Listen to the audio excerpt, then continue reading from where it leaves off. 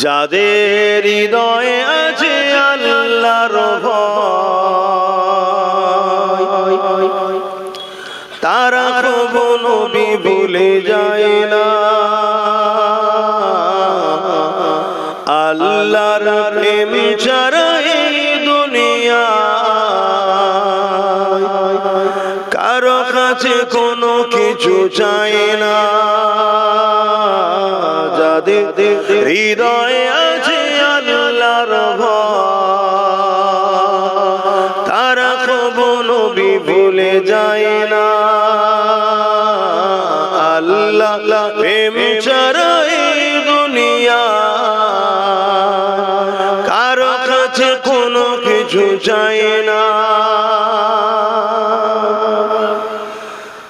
রাতের আঁধারে যারা সিজদাতে রয়, দু চোখের আঁসুতে নদী যেন বয়।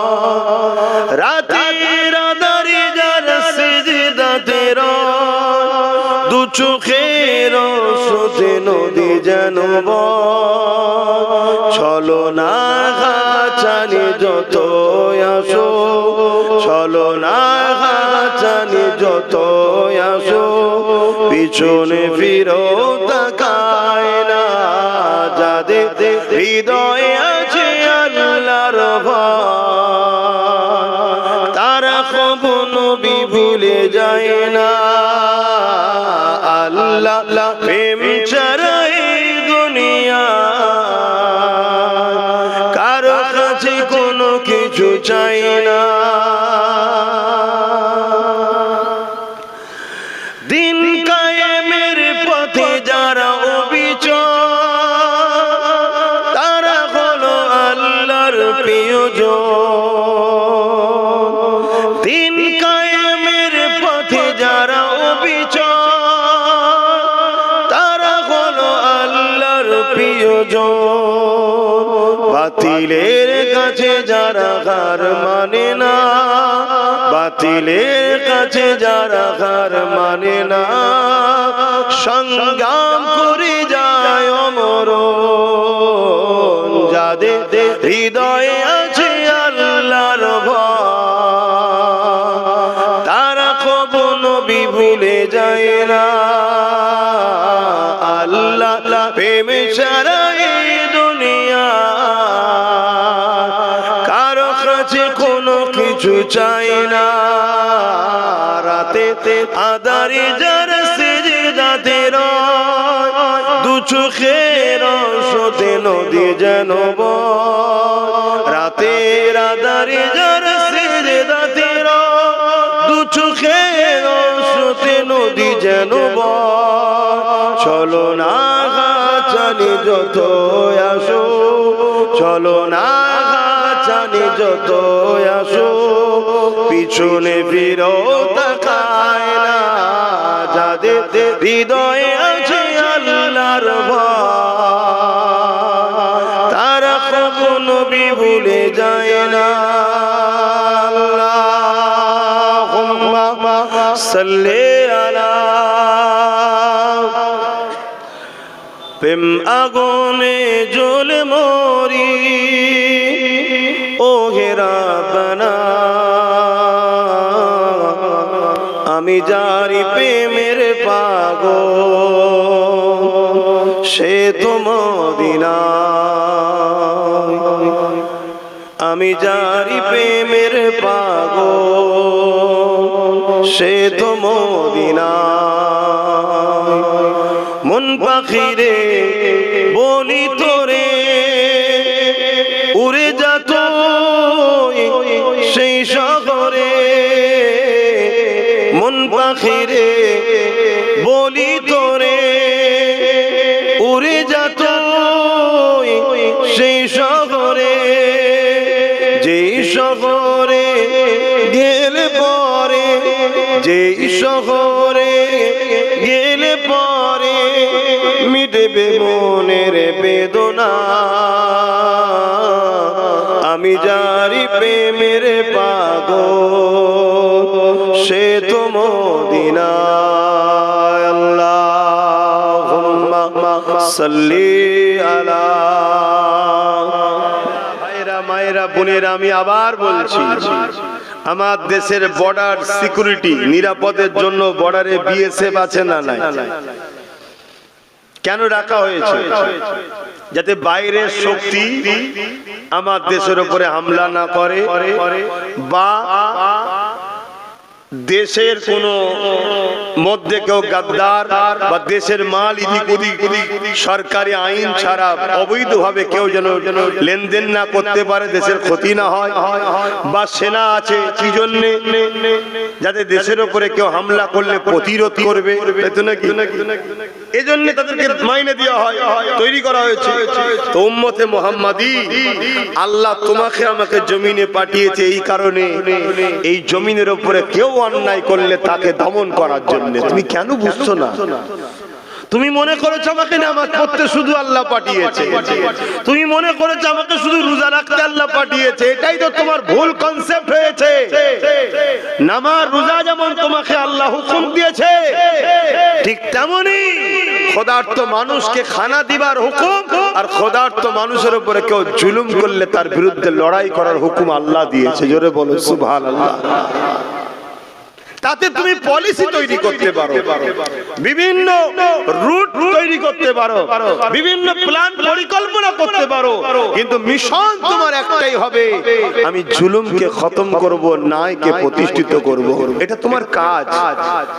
আর নামাজ ব্যক্তিগত, রোজা ব্যক্তিগত ইবাদত, হজ তোমাকে মালদার করেছে আল্লাহর ঘর দেখে আসো, ব্যক্তিগত।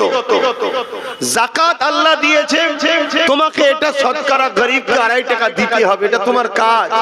কিন্তু আল্লাহ যেমন রাসূল টুপি পরেছে, তুমি পড়ছো, দস্তকান বিছিয়ে খাচ্ছ, খাও, কিন্তু যেমন ফরজ নামাজ আর নফল নামাজ দুটো এক নয়, কিন্তু দুটোই ভালো কাজ।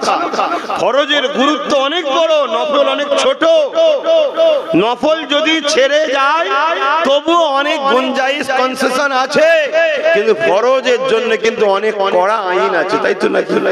ঠিক তেমনি দস্তকান বিছিয়ে খাওয়াটাও সুন্নাত, তারপরেও যদি ছেড়ে যায় একটা সুন্নাত, তুমি নেকি পেলে না।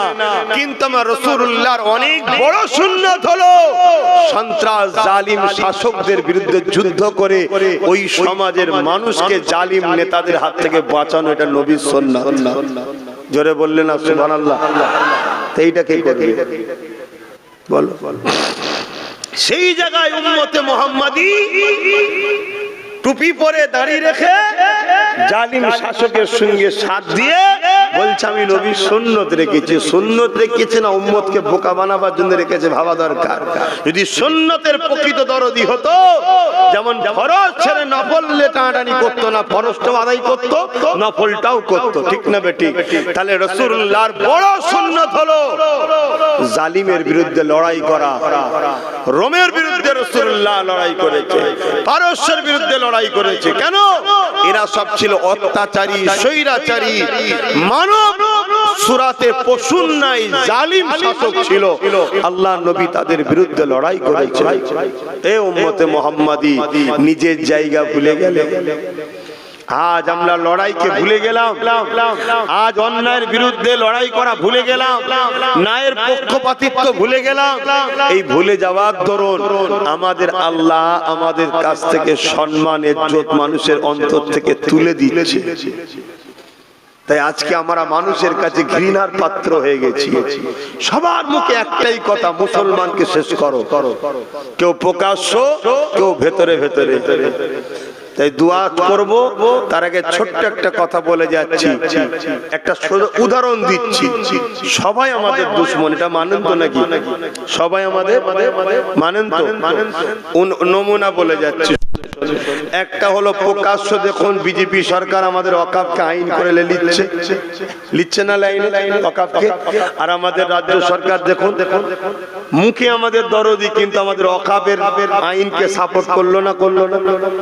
দেখলেন তো, সবাই আমাদের দুশমন। বিগত দিনেও যারা ছিল তারা আমাদের দুশমনি করেছে না? কথা বলুন, হ্যাঁ কি না বলুন? সব সুযোগ সন্ধানী, আমরা বুঝে উঠতে পারলাম না। বুঝে উঠতে পারলাম না। তো যাই হোক, এই শীতের বেলায় সময় তো কম, বেশি কথা আর বলতে পারছি না, এতটুকুই বললাম। এখন সালাম দেবো, একটুখানি দোয়া করব। যেসব ভাইগুলো দাঁড়িয়ে আছেন, যদি আমাদের হয় কমসে কম দোয়াতে একটু ভেতরে ঢুকে আসবেন, জানি একটু শরীক হন। সালাম পড়ি, ইয়া নবী সালাম।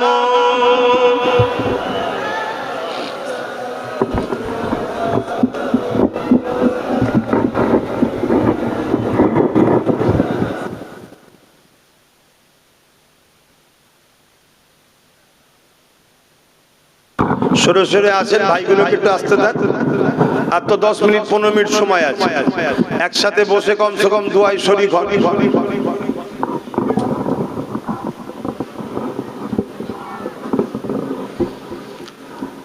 ফাঁকা জায়গা হয়ে আছে কেন? সরে সরে আসেন, এক্ষুনি তো শেষ হয়ে যাবে। কমসে কম দোয়াটা সবাই এক জায়গায় বসে চাইবে। তাহলে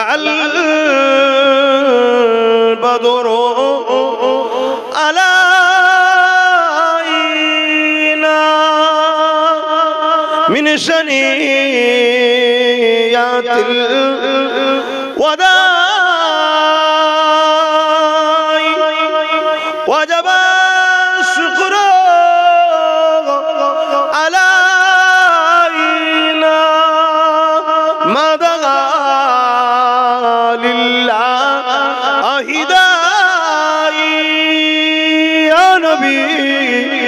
سلام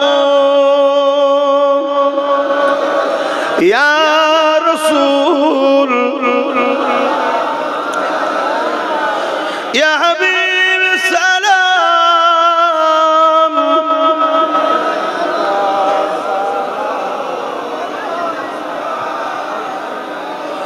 পড়িলো আল্লাহ আরবানি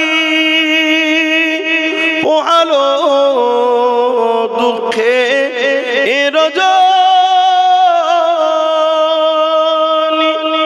হইল জগৎ অনুরানী আমিনার নয়নের মনি ইয়া নবী সালাম ইয়া রাসূল ইয়া হাবিব সালাম।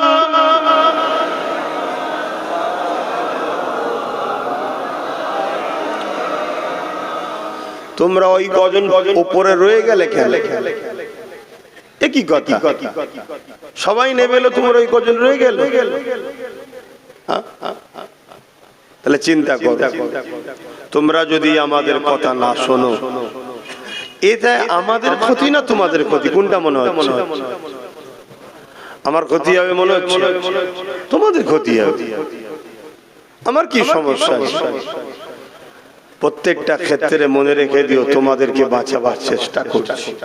কেন চেষ্টা করছি? আমরা তোমার নবীর বংশের আওলাদ, তোমরা আমার নবীর উম্মত। তোমাদের জন্য আমার রাসূল আজও কাঁদছে, আমারও জন্য কাঁদছে।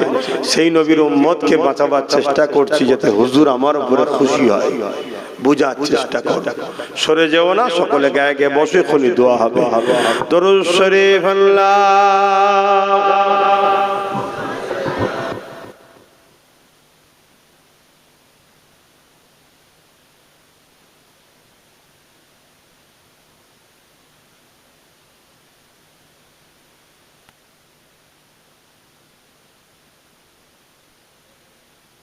বিসমিল্লাহ শরীফের সঙ্গে 11 বার দরুদ শরীফ, 3 বার সে 50 বার সে ইখলাসি তেলাওয়াত হবে। এবং পাশাপাশি একটা ছোট্ট কথা, এই মাহফিলে এসেছেন, আল্লাহ এই মাহফিলকে কবুল করেন। ছেলেরা যাচ্ছে, যার যা খুশি একটু শরীক হন। ছেলেরা যাচ্ছে, যার যা খুশি একটু শরীক হন। আর বাকি তেলাওয়াত করেন সবাই। এখনই দোয়া হবে, কেন নামাজ আছে 4:30-এর মধ্যে শেষ হবে, তারপরে নামাজ আদায় হবে ইনশাআল্লাহ।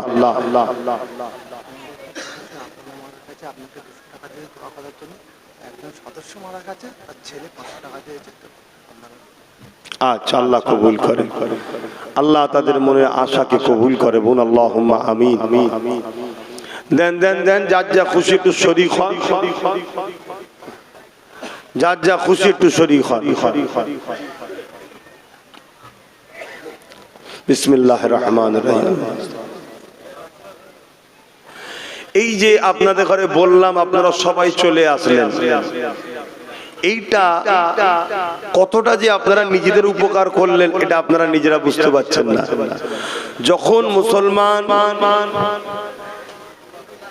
তাদের উলামাদের কথা শুনবে তখনই জানবেন ইসলাম বিদ্বেষীরা বড় টেনশনে পড়ে যাবে। কথা বুঝছেন তো?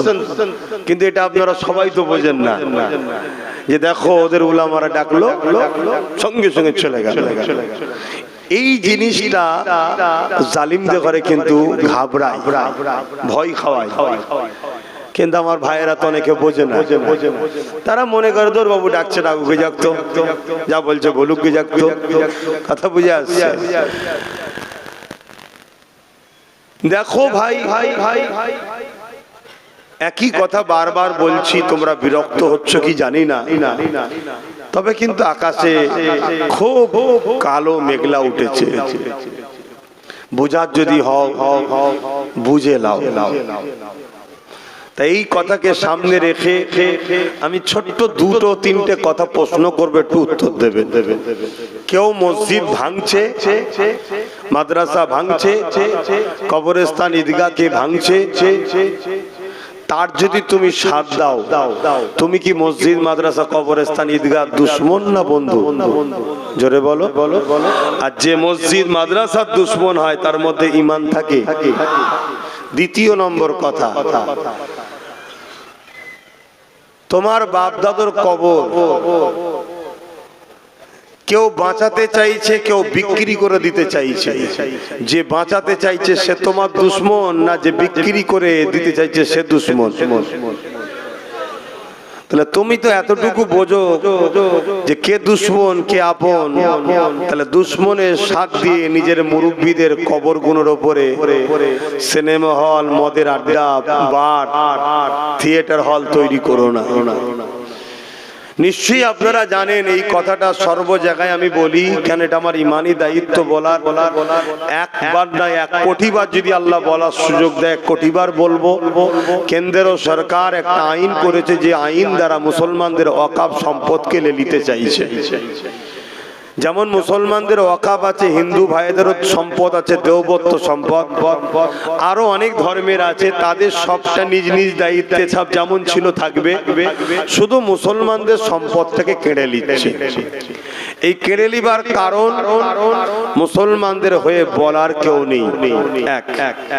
দ্বিতীয় নম্বর কথা, ভারতবর্ষে একটা মহল তৈরি করা হচ্ছে যেখানে মুসলমানদেরকে দ্বিতীয় ক্যাটাগরির নাগরিক গোলাম হিসাবে রাখবে। যারা গোলাম হিসাবে থাকতে পারবে না তাদেরকে হয় মেরে দেবে, না হয় তাড়িয়ে দেবে, দুটোর মধ্যে একটা। এই সব কিছুর পেছনে রাগ হচ্ছে একটাই, কেন ইসলামের আলোর কাছে অনেক ভণ্ডের ভণ্ডমি শেষ হয়ে যাচ্ছে, তাই অন্য কিছু রাগ নয়। তো এই রকম একটা জায়গায় দাঁড়িয়ে থেকে আমি আপনাদের জিজ্ঞেস করছি, আপনারা বলবেন কেউ যদি বিজেপিকে সাথ দেয়, সাপোর্ট করে, ভোট দেয়, তাহলে বিজেপিকে শক্তিশালী করলো ভোট দেওয়া মানে? তার মানে মসজিদ মাদ্রাসাকে সে ভাঙুক, একটু আপনি সাপোর্ট করলেন, তাহলে তার কি ঈমান থাকবে?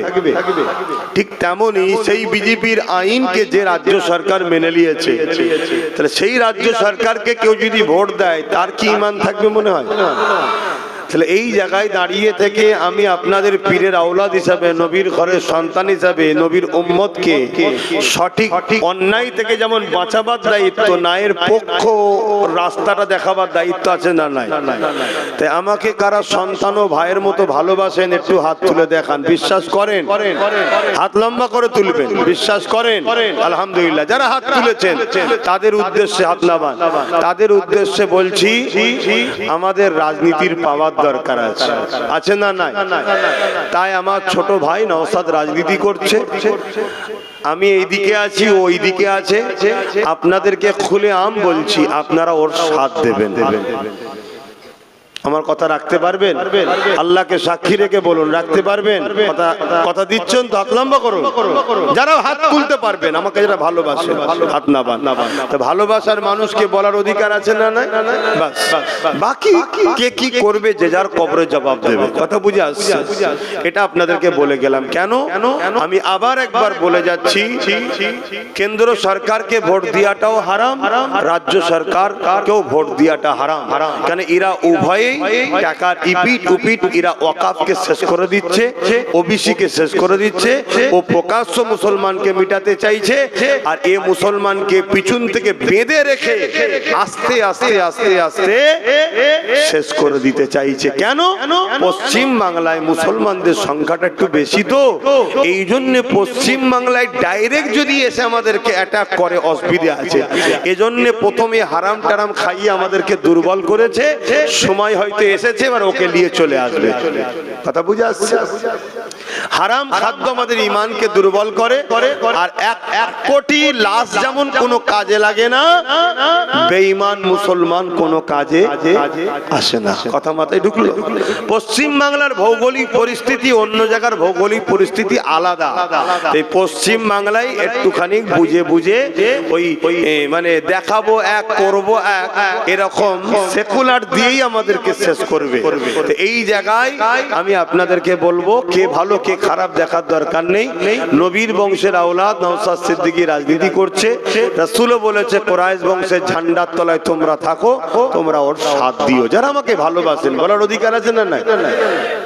আমার ভালোবাসার মানুষকে বললাম, আল্লাহ যদি ওকে ক্ষমতায় আনে, সেই জায়গায় যদি পৌঁছায়, কোনো সুবিধা অসুবিধা হলে আমি জুম্মার দিন দরবারে থাকি, আমার কাছে যাবেন, আমি আপনাদের পাশে ছিলাম, আছি, থাকবো। কিন্তু মনে রাখবেন, ফাইসাল্লাহ আল্লাহর হাতে। আপনার সাথ দিয়াতে ওর উপকার হবে না ক্ষতি হবে ওটা জানা আপনার প্রয়োজন নয়। আপনার প্রয়োজন আমি ইসলামের যারা ক্ষতি করছে তাদেরকে কমসে কম শক্তিশালী করতে পারি না। কথা মাথায় ঢুকছে? অনেক ভাই বলবে রাজনীতি আলাদা, ধর্ম আলাদা। আমি তাদের উদ্দেশ্যে আপনাদেরকে একটা কথা বলে যাচ্ছি, আপনারা বলবেন যদি রাজনীতি আলাদা হয়, ধর্ম আলাদা হয়, তাহলে রাজ পাওয়ার দিয়ে মন্দির তৈরি করছে আর মসজিদ ভাঙছে কেন? রাত পাওয়ার যে গীতা পাঠ করানো হচ্ছে আর কোরআন শেষ হয়ে যাবে বলছে কেন? তাহলে তোমরা কি রাজ ক্ষমতা দিয়ে ভারত থেকে ইসলামকে মুছতে চাইছো? এই অধিকার কি সংবিধান দিয়েছে? আমরা গীতা পড়বে কি পড়বে না আমি পক্ষও নাই বিরুদ্ধও নাই, সেটা তার পছন্দের কাছে, কিন্তু কোরআনটা তো আমার পছন্দ। আমার কোরআন শেষ হয়ে যাবে এটা আপনি বলছেন কেন? মন্দির থাকবে কি থাকবে না সেটা তাদের পছন্দের ব্যাপার, তাদের ব্যাপার, আমি পক্ষও নাই বিরুদ্ধও নয়, কিন্তু মসজিদটা তো আমার পছন্দ। তুমি রাজকোষের টাকা, যেটা আমাদেরও অর্থ আছে, ট্যাক্সের টাকায় অর্থ আছে না নাই? জগন্নাথ মন্দির করলে এটা কি সরকারের কাজ? হিন্দু ভাইদের কাজ, তারা তাদের ধর্ম করবে। কথা 1 টাকা না 1 লক্ষ জগন্নাথ মন্দির হিন্দুরা করতে পারে, আমার কোনো পক্ষে বিপক্ষে কোনো কথা নেই। কিন্তু আমি যে ট্যাক্স দিয়েছি, আমার ট্যাক্সের টাকা তো তুমি দীঘায় মন্দির করলে, তারপরেও চলো তর্ক ঝগড়ায় যাচ্ছি না। উপরন্তু রাজার হাটে আমার মসজিদের জায়গা তুমি জোর করে হিটকোকে দিয়ে দিচ্ছ কেন? তাহলে তোমাদের লক্ষ্য ওটাই, যে লক্ষ্যটা বিজেপি ভারত থেকে ইসলামকে মুক্ত করতে চাইছে, যেটা আরএসএস এর এজেন্ডা। আর তুমিও বলেছিলে আরএসএস ভালো, বিজেপি খারাপ। মনে পড়ছে তো নাকি? এবারে এই কথাগুলো তোমরা শুনে নেবে কি না নেবে আবার বলছি, তোমাদের ব্যাপার, কিন্তু আমার বলা দায়িত্ব আছে না? আমি বলবো। এবার এই বলতে কি যদি আমার বাধাই কেউ আসে, তার সাথে প্রয়োজন আমি যুদ্ধ করতেও রাজি আছি। ওপেন কথা বলে যাচ্ছি, কেন আমার ইসলাম আমাকে ইজাজত দিয়েছে, আমার সংবিধান আমাকে রাইট দিয়েছে। এর বিরুদ্ধে যে দাঁড়াবে সে মোদি হোক আর দিদি হোক, কোনো বেটাকে ছাড়বো না, তার বিরুদ্ধে লড়াই করবো। কথা মাথায় ঢুকলো?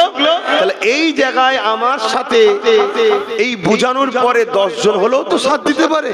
কালকে 10টা 20 হতে পারে, তো 20টা একদিন 1 লাখ হতে পারে, তো 1 লাখটা একদিন 10 লাখ, 10 লাখটা একদিন 1 কোটি হতে পারে না? পারে না?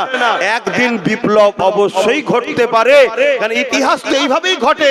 তাই আমি আরো একবার বলছি, আমাকে বিশ্বাস রেখে আমি যে কথা বললাম আমার ছোট ভাইকে রাজনীতির বিষয়ে, ধর্মের বিষয়ে তো আমার সাথে আপনারা আছেন, আমার আরো বাপ ভাইদের সঙ্গে আছেন, রাজনীতির বিষয়ে আপনারা নওশাদের সাথ দিতে রাজি আছেন? হাত তুলে বলুন, দিতে রাজি আছেন? আলহামদুলিল্লাহ। এবারে বলতে পারেন জলসাতে কথা বলছেন কেন? নেতারা যখন রাজনীতি ছেড়ে দিয়ে ধর্ম মিটাতে নাবে, ধর্মগুরুদের তখন ধর্মের জায়গা থেকেই তো বলতে হবে। আমরা তো আমাদের তো জায়গা এইটাই, ঠিক তো নাকি? আমাদের তো অন্য জায়গা নেই, তাহলে এই জায়গা থেকেই তো বলতে হবে। ইমাম তো মসজিদ থেকেই বলবে যে দেখো, যদি তোমরা না নিজেদের রাজ পাওয়ার তৈরি করো, যদি তোমরা 60, 70, 80, 90, 100টা নিজেরা এমএলএ না বানাতে পারো, তাহলে তোমরা শেষ হয়ে যাবে। আর তোমরা যদি 60, 70, 100টা এমএলএ বানাতে পারো, বাকি যা থাকবে 194, বাকি সব ভাগ বাটোয়ারা করে লিগে যা তোরা। তারপরে যেই সরকার করুক আমাদেরকে সাথে নিয়ে করতে হবে। আর আমরা যখন কোন সরকারের পার্টনারে থাকবো, সাথে থাকবো, আমাদেরকে কেউ মিটাতে পারবে? 215টা দিয়েছো, 215টাই মমতার, আমাদের নয়। কিন্তু আজকে যদি ওই জায়গায় 100টা আমাদের থাকতো আর 115টা যদি ওর থাকতো, তাহলে একসাথে দল করতে হতো। তাহলে এই যে চেয়ারে বসে আছি, 4টে পায়া, 3টে ওর থাকে, একটা আমাদের থাকলে ওই চেয়ারে বসে বলতে পারতো দিল্লি চলে যাও। এই জন্য আপনাদেরকে বোঝাচ্ছি। আর একটা শেষ কথা, আমার ভয় হচ্ছে, আমি তো চারিদিকে গিয়ে যেটা দেখছি, শুধু মুসলমান নয়, অমুসলিমরাও নওশাদের সাথে সাথ দিচ্ছে। আর রাজনীতির নেতা এমনই হওয়া দরকার যে শুধু মুসলমানের নয়, জনগণের হবে, যেটা নওশাদের মধ্যে আছে দেখছি। কথা বুঝে আসছে? আমি কিন্তু একটা ধর্মগুরু হিসেবে কথা বলছি, কথা বুঝে আসছে তো নাকি? কিন্তু ও রাজনীতি হিসাবে ওর মধ্যে সর্বধর্মের মানুষের জন্য লড়াই করছে না করে না? ওটাই হওয়া উচিত, ওটাই হওয়া উচিত। কেন? জনপ্রতিনিধি জনগণের, ধর্মগুরু ধর্মের লোকের, ঠিক না বেঠিক? হ্যাঁ। তো সেই জায়গায় আজকে অমুসলিমরাও তার সাথ দিচ্ছে। এই যে সবাই ওর সাথে ছুটছে, তো এইটা কিন্তু কেউ ভালো নজরে নিচ্ছে না, কেউ ভালো নজরে নিচ্ছে না যে একটা মুসলিম ছেলে সর্বধর্মের মানুষের নেতা হবে, এটা কিন্তু ভালো নজরে কেউ বলবেন তো লিখছে না।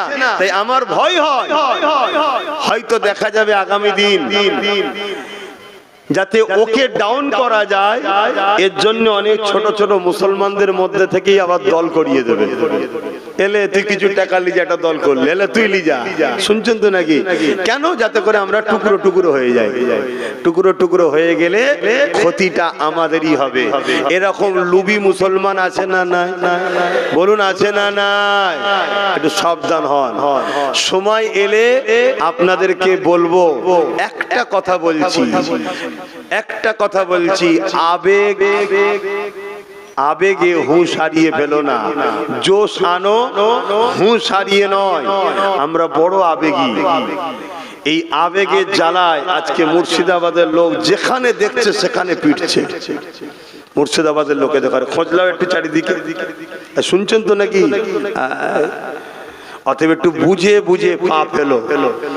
আল্লাহ রসুল বলছে, কেউ পরিবর্তন হয়েছে চট করে বিশ্বাস করতে যেও না, আগে তাকে দেখো। পাহাড় সরে গেছে বিশ্বাস করো, কেউ পরিবর্তন হয়েছে বিশ্বাস চট করে করো না। আমি কারো নিন্দা করছি না, কিন্তু রাসূলুল্লাহর হাদিসটাকেও মাথায় রাখা দরকার আছে না নাই? কেন আমাদেরকে দেখতে হবে? হঠাৎ করে একটা লোক এখানে ওখানে ওখানে ওখানে চারিদিকে ডাল দিয়ে ঘুরে হঠাৎ করে সে এসে বলল আমি মুসলমানদের দরদি, একটু আমাদের ভাবা দরকার আছে না নাই? আমার বক্তব্যটা এই জায়গায়। আমি তার পক্ষে বিপক্ষে কোনো কথা বলছি না, কিন্তু আমি এতটুকু বলবো, রাসূল বলছে তোমরা ভেবে দেখো, চট করে কি